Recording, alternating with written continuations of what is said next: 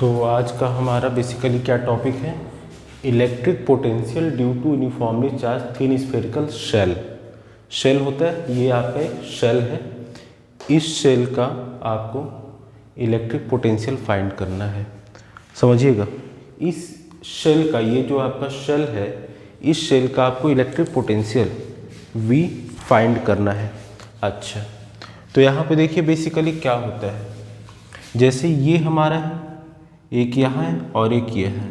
तो बेसिकली हमें एक outside, on the surface, inside, तीन जगह पे हमें इलेक्ट्रिक पोटेंशियल फाइंड करना होता है।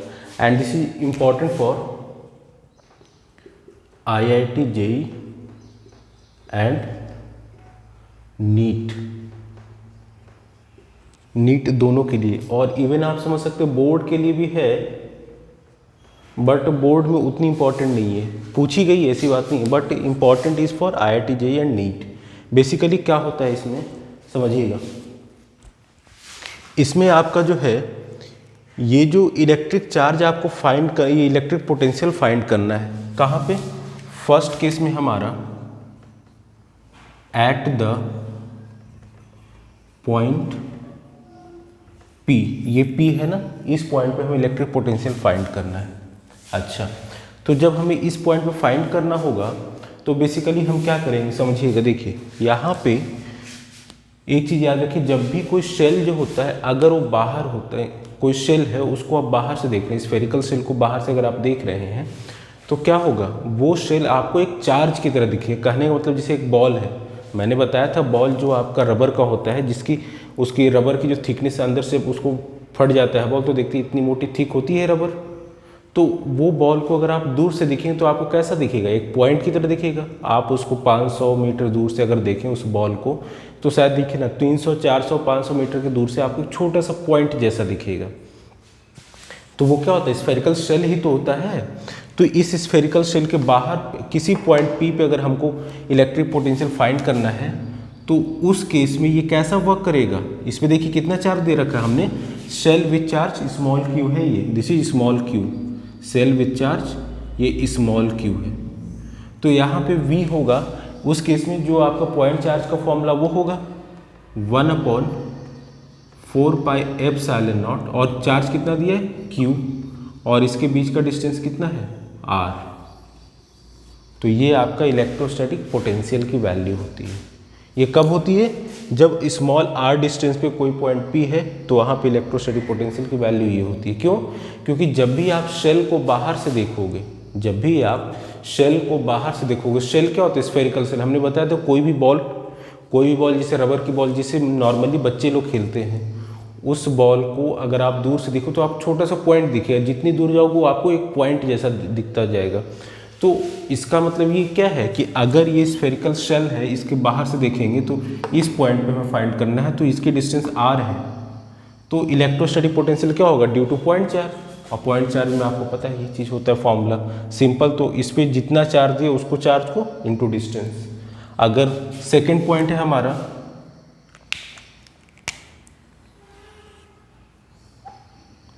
सेकेंड पॉइंट में ऑन द सरफेस, अगर सरफेस पे है तो क्या होगा, V इक्वल्स टू 1/4πε0। इसका चार्ज कितना दिया था, Q, और इसका रेडियस। सिंपल, सरफेस पे रहेगा तब भी आपका ये पॉइंट चार्ज का फॉर्मूला एप्लीकेबल होगा। लेकिन अगर ये मान लीजिए आपका इनसाइड द शेल कह रहा है, तो इनसाइड द शेल के लिए आप क्या करेंगे, यहाँ पे एक चीज़ आप ऐसे समझिए, कोई भी हमारा ऐसा मटेरियल जिस पे शेल रखा हो, जिस पे चार्ज रखा हो, कंडक्टिव मटेरियल है, तो मैंने बताया था चार्ज हमेशा कंडक्टिव मटेरियल के सरफेस पे एग्जिस्ट करता है। शेल है, शेल अंदर से क्या है, हॉलो है।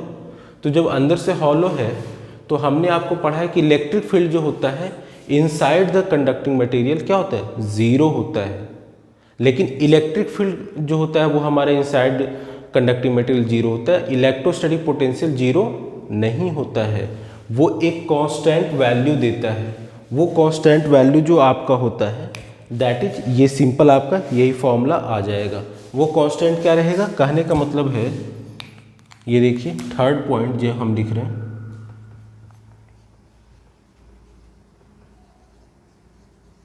Inside the spherical shell v की वैल्यू क्या हो जाएगी 1/4πε0 q/r। जो वैल्यू इसके सरफेस पे है ना वही कांस्टेंट वैल्यू होगा। कैसे, देखिए इलेक्ट्रिक फील्ड किसी कंडक्टिंग मटेरियल में इलेक्ट्रिक फील्ड उसके अंदर जीरो होता है, ठीक है, लेकिन इलेक्ट्रोस्टैटिक पोटेंशियल क्या होता है, E इक्वल्स टू के आपने पढ़ा होगा, अभी आगे नेक्स्ट पढ़ाएंगे भी, dV/dx, यानी कि differentiation of electrostatic potential. E equals to आगे आपको पढ़ाया जाएगा, E इक्वल्स टू बेसिकली होता है -v dV/dx, change in potential per unit distance, या फिर यहाँ पे इसको ग्रेडियंट बोला जाता है, आगे पढ़ाएंगे, इसमें ज़्यादा परेशान होने की जरूरत नहीं है। तो बेसिकली क्या है, इलेक्ट्रिक फील्ड जीरो है, इलेक्ट्रिक फील्ड जीरो होने का मतलब है कि v कोई कांस्टेंट होगा और वो कांस्टेंट वैल्यू आपका ये होता है। तो बेसिकली ये इंपॉर्टेंट नहीं है, इंपॉर्टेंट ये है, देखिए ये स्फेरिकल शेल है, जैसे ये हमने एक स्फेरिकल शेल बनाया इस तरीके से,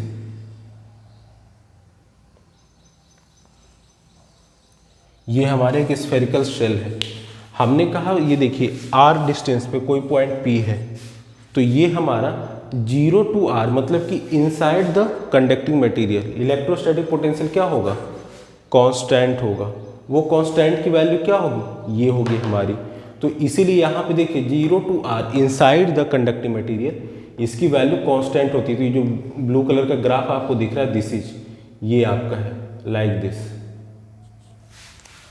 इसकी वैल्यू जो है कांस्टेंट है, कितना है, ये v की इक्वल्स टू 1/4πε0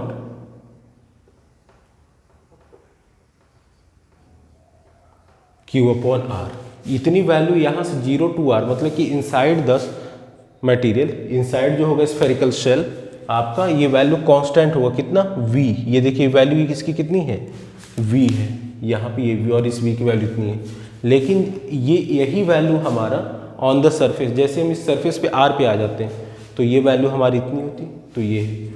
उसके बाद जैसे हम इस सरफेस के बाहर किसी पॉइंट पे जाते हैं तो ये डिक्रीज करने लगता है, कैसे, v is directly proportional to 1/r से, यानी कि inside the shell on the surface of the shell जो वैल्यू होती है कांस्टेंट रहती है। लेकिन उसके बाद फिर ये आगे जैसे डिस्टेंस बढ़ता है इसकी इलेक्ट्रोस्टैटिक पोटेंशियल क्या होती है, कम होने लगती है, और ये इस तरीके से कम होकर पैरेलल हो जाती है। देखिए कभी ये एक्स एक्सिस को मीट नहीं करेगा, ये ऐसा लगेगा अज्यूम टू 2p मीट होता है, इसलिए यहाँ पे देखिए हल्का सा इस तरह से होता है, लेकिन ये कभी मीट करता नहीं। बेसिकली होता है कि अब किसी समय जाके एक्स एक्सिस पे जीरो हो जाएगी इलेक्ट्रोस्टैटिक पोटेंशियल, ठीक है, ऐसा माना जाता है। तो ये हमारा था स्फेरिकल शेल। स्फेरिकल शेल में काफ़ी इंपॉर्टेंट चीज़ था, ये मैंने बता दी क्यों, ये ग्राफ अपने आप में बहुत इंपॉर्टेंट है, most important, this is most important for all examination including your IIT JEE advance हो, चाहे नीट का मेडिकल का हो या फिर बोर्ड के लिए। ये ग्राफ इंपॉर्टेंट, ये ग्राफ हमें बताने के लिए चीज़ था। ये शेल है तो outside the surface at the point P, ये कोई पॉइंट P है तो यहाँ पे इलेक्ट्रोस्टैटिक पोटेंशियल की वैल्यू ये होती है, ऑन द सरफेस ये होती है, इनसाइड द स्फेरिकल शेल ये होती है। तो ये इन दोनों में क्या है, कहने का मतलब जो सरफेस पे वैल्यू रहती है ना इलेक्ट्रोस्टैटिक पोटेंशियल की, वही सेम वैल्यू इसके इनसाइड में फिक्स हो जाती है, कांस्टेंट वैल्यू होती है।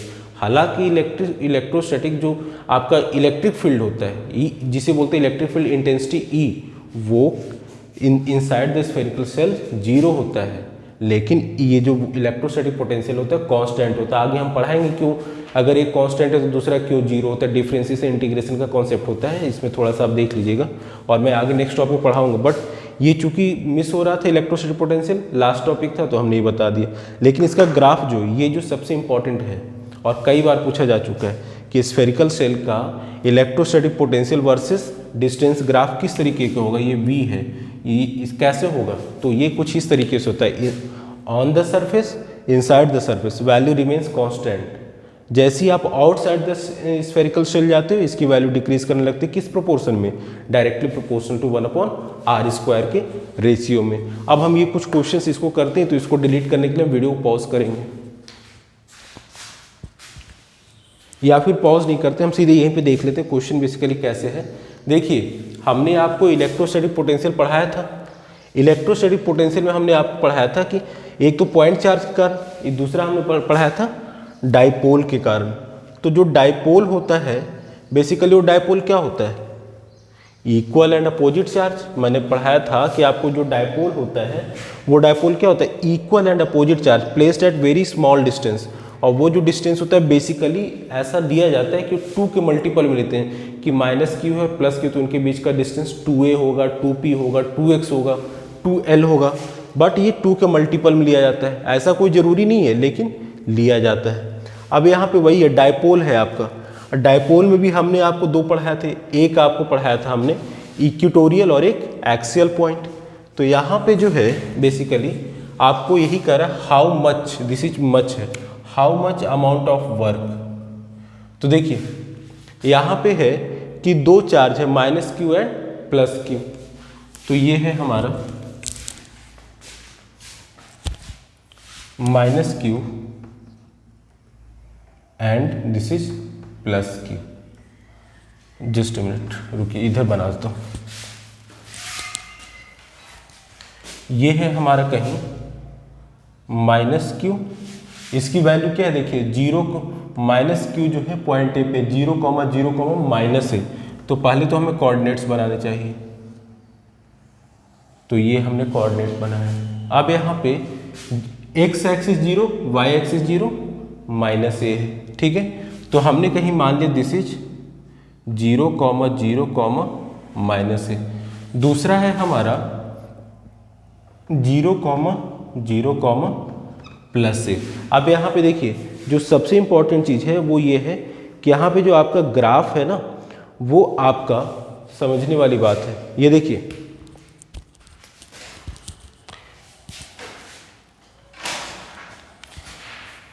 जस्ट अ मिनट, थोड़ा सा एक मिनट। तो देखो यहाँ पे x0, y0, z0, x0, y0, z0, इसका मतलब हम ये कौन सा ग्राफ ले रहे हैं? This is z axis. कौन सा है? z एक्सिस है। अब मान लेते हैं हम इसको, ये x एक्सिस है। आप किसी को भी x एक्सिस, कोई जरूरी नहीं कि इस तरह से आप ले सकें, चूंकि आपको यहाँ पे क्वेश्चन सॉल्व करना है, तो हमने इसको x एक्सिस मान लिया, इसको z मान लिया। अब यहाँ पे देखिए क्या है, आपको कह रहा है कि how much work is done in moving a test charge from 7,0,0 to -3,0,0। मतलब कि इसमें पॉइंट P जो है, ये देखिए पहले तो ये आपका पॉइंट A था, this was 0,0, -a, this was point B। अब नेक्स्ट है पॉइंट P, इसकी वैल्यू 7,0,0, दिस इज P, इसकी वैल्यू है 7,0,0 और ये है Q, इसकी वैल्यू है -3,0,0। तो how much work is done in moving a test charge from this to this. अब यहाँ पे देखिए ये क्या है, यहाँ पे आपका -q चार्ज रखा है और यहाँ पे क्या रखा है? +q चार्ज रखा है। ये पॉइंट आपका क्या था? A था। ये चाहे ये पॉइंट क्या था आपका? दिस वाज, ये पॉइंट B था जिसका कोऑर्डिनेट था 0,0, प्लस का है। ये पॉइंट B है, पॉइंट A है। देखिए यहाँ से 0,0 मतलब कि A डिस्टेंस है, ये भी हमारा A डिस्टेंस है। क्यों? 0,0, -a है। तो जितना डिस्टेंस ये है उतना ही डिस्टेंस हमारा कहीं ये B पॉइंट है, दिस इज B। इसकी वैल्यू है 0,0, A और इस पे चार्ज कितना है? +q चार्ज है। तो ये डाइपोल है ना, इक्वल एंड अपोजिट, चार्ज का क्वांटिटी Q है, लेकिन नेचर कैसा है? ये निगेटिव है, तो ये कैसा है? पॉजिटिव है। दैट मीन्स ये कैसा है? अपोजिट नेचर का है, ये अपोजिट नेचर का है। अब यहाँ पे इस चार्ज को हमें, ये जो डाइपोल बन रहा है, इस डाइपोल को आपको यहाँ पे कह रहा है कि अगर कोई test charge how much work is done in moving a test charge from point P to Q। तो P से Q पे आपको टेस्ट चार्ज को ले जाना है। तो जब P से Q पे टेस्ट चार्ज को आपको ले जाना है तो क्या होगा समझिएगा, एक हमने कोई टेस्ट चार्ज को Q0 है, इसको आपको लेके जाना है। तो देखिए बेसिकली क्या है, हमने आपको पढ़ाया था electrostatic potential of dipole due to equatorial plane. ये आपका -Q है, ये +Q है, तो यहाँ से ये इस तरीके से होता है। तो यहाँ पे ये देखिए, ये आपका यहाँ से यहाँ L डिस्टेंस, यहाँ से यहाँ L डिस्टेंस, और ये R है। तो दिस इज इक्वेटोरियल पॉइंट। तो यही तो यहाँ भी ये देखिए सेम डिस्टेंस, यहाँ पे सेम डिस्टेंस, ये सर्टेन डिस्टेंस है। तो ये बेसिकली क्या हो गया, इक्वेटोरियल पॉइंट हो गया ना। तो जब इक्वेटोरियल पॉइंट पे किसी टेस्ट चार्ज को लेके जाएंगे तो इलेक्ट्रोस्टैटिक पोटेंशियल क्या होता है उस केस में, आपका इलेक्ट्रोस्टैटिक पोटेंशियल जो होता है वो क्या होता है, इलेक्ट्रोस्टैटिक पोटेंशियल आपका 0 होता है। तो चाहे पॉइंट P हो चाहे Q हो, देखिए इस केस में भी ये नीचे है, इक्वल डिस्टेंस, और ये परपेंडिकुलर डायरेक्शन है। तो यहाँ पे लिखेंगे V, that is electrostatic potential को V से रिप्रेजेंट करते हैं, at point P and this is Q। ये and P and Q will be 0। Why, ये 0 क्यों है, अब यहाँ पे लिखेंगे बिकॉज